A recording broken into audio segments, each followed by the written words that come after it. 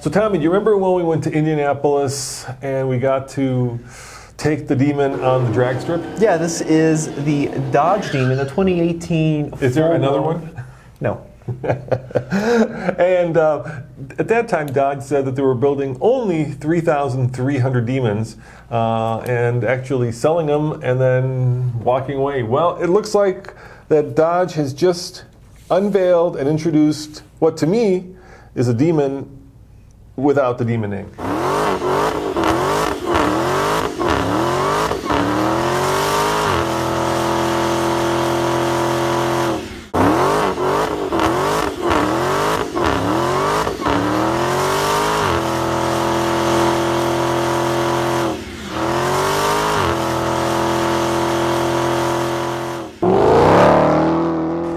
Yeah, because remember the Demon was super limited production, 840 horsepower. It was also a drag specific vehicle, and they're like, we're only building this many.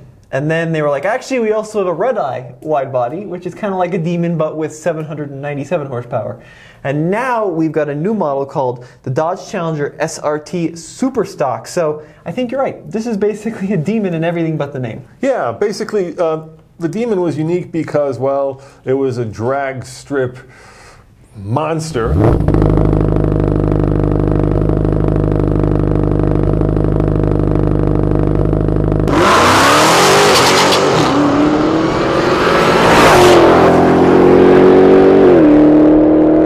Street legal though. Street legal, and you could pay to get the back seats. How much were the back seats? I think they were $1. Yeah, if you wanted a one-seater, you could have a one-seater or spend $1 for the rear seats. There was also that crate. Yeah. Remember that included like the skinny drag tires? Yep. I think that was also $1. Yeah. So they did have some options that this new model doesn't have.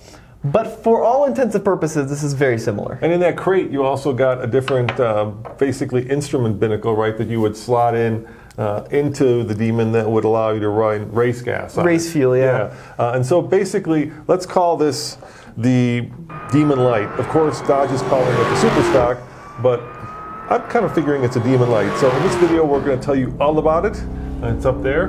We're going to tell you how much horsepower it has. We're going to tell you the top speed. We're going to tell you what separates it from a Demon, and we're going to tell you when it's going to become available. So let's get right to it. So this uses the same 6.2-liter supercharged Hemi as the Hellcat Red-Eye, but rather than making about 797 horsepower, this one is claimed to make 807 horsepower on pump gas. So 10 more horsepower than the Challenger Red-Eye. And how much torque, Dad? Once again, that number, 707 pound-foot of torque, right? Yep, and this is mated through the ZF 8-speed automatic transmission, and Dodge says, quote, this is the world's quickest and most powerful muscle car. 0 to 60 in 3.25 seconds, if you can get it to hook up. And it will run the quarters apparently in 10.5 seconds at 131 miles per hour. And what's the top speed? It's limited to 168 because of the tires. Now keep in mind, if I recall, the Demon would do it in, well, they got the Demon to be officially certified. We were at the launch, 9.7, right, in the quarter mile. It was some crazy number. Yeah, I think it was 9.7 if I recall. Brake torque it. Yeah. Roll in. Let go of the brake pedal. Go.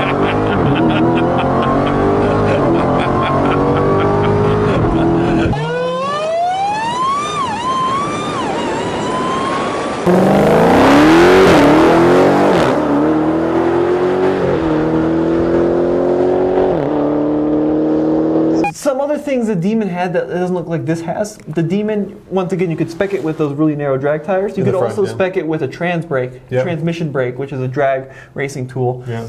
They didn't mention the trans brake when they launched this Superstock. And I don't blame them because that thing is hard to use. You have to be a professional drag racer, and basically a trans brake is just a way to launch the vehicle faster. Yeah, but it was tricky to use. Yeah, we were at the track. I remember, I think one of the journalists there spent the whole morning trying to figure out how to launch it and never succeeded. Well, it's it's not that it's hard to use, it's hard to use well. Yes. So it's easy to get crazy burnouts in the Demon, but to actually use the trans brake to effectively hook up as you head down the strip, that is particularly hard to do. All right, so let's talk about what defines the new Superstock package. So it's a wide body Challenger, of course, a two-door coupe. And the Challenger's been around since 2008, 2009. It's 12 years old, and they just keep giving it more and more horsepower. So do you remember the original SRT8? Yeah. I remember this, with a 6.1 liter. I remember it. 420 horsepower. And we thought that was insane. Yeah. Now we're talking double the horsepower in the Superstock model, basically the same platform. So standard wide body, which means you've got the fender flares, 18 by 11 inch wheels, and 315 millimeter Nitto drag radials on all four corners. So this is, like you talked about, that a drag specific vehicle. Yeah, this is the one where you take it to the drag strip on the weekend, or you take it to McDonald's and scare all your other patrons because it's going to be loud. It also is supposedly I'd rather take it to McDonald's, actually. It's supposed to have an asymmetrical limited slip rear differential with a 309 final drive ratio, which happens to be the same ratio that you'd find in the Demon, which was that 2018 limited edition model. Brembo 4-piston brakes with 14.2-inch vented rotors. Yeah, those are some big-ass brakes for a car that belongs on the drag strip. The Challenger SRT Superstock has tuned Bilstein shocks that change the compression and rebound firmness to improve control when in track mode. Yeah, and Dodge says the SRT Superstock package picks up 3 car lengths in the quarter mile over the Hellcat Red Eye. So this is a pretty serious machine. Now, the Challenger lineup, we should talk about it for a sec. It's massive.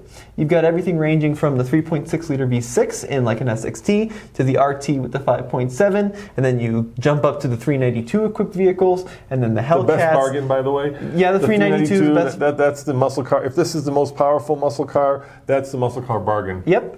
There's the standard Hellcat, which is 717 horsepower. Yeah. Then the Hellcat Red Eye, which is 797, and now the Superstock. The top dog. This has got to be the most engine lineups available today, and the most configurations. You've got narrow body, wide bodies, manuals, automatics, drag specific, track specific. Outside of like an F-150 or perhaps even a Silverado, there is no more breadth of different vehicles you could choose from in a muscle car. It's pretty crazy.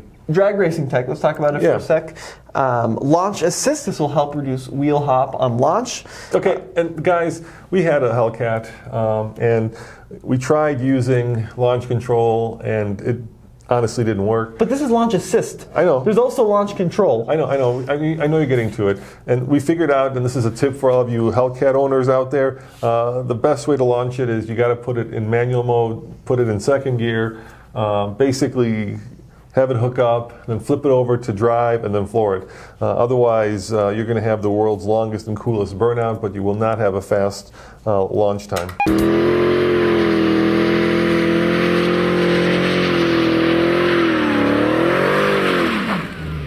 But our Hellcat was a narrow body 707 from 16. I think but the wide bodies are a whole other animal. I've driven that as well, Tommy. It's still a lot of power to be going through 2 wheels in the back. So launch assist, launch control, which you talked about. Yep. Line lock, that allows controlled burnouts. There's a race cool down mode, that's to prevent heat soak and keep the engine supercharger at the optimum temperature. This started on the Demon, and now it's standard on the Hellcat. And you also get your SRT performance pages, which gives you all of the vitals you need to know about. So on the drag strip, and I've driven both of these now, not the Superstock, but all the variations of Hellcat, which is faster? Is it a GT500 Mustang or is it Dodge?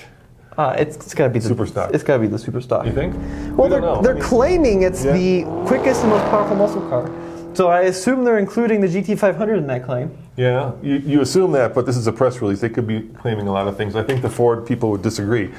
What do you guys think out there? Why don't you guys do some Googling and let us know in the comments below. Do you think that this car will take the GT500 on the drag strip?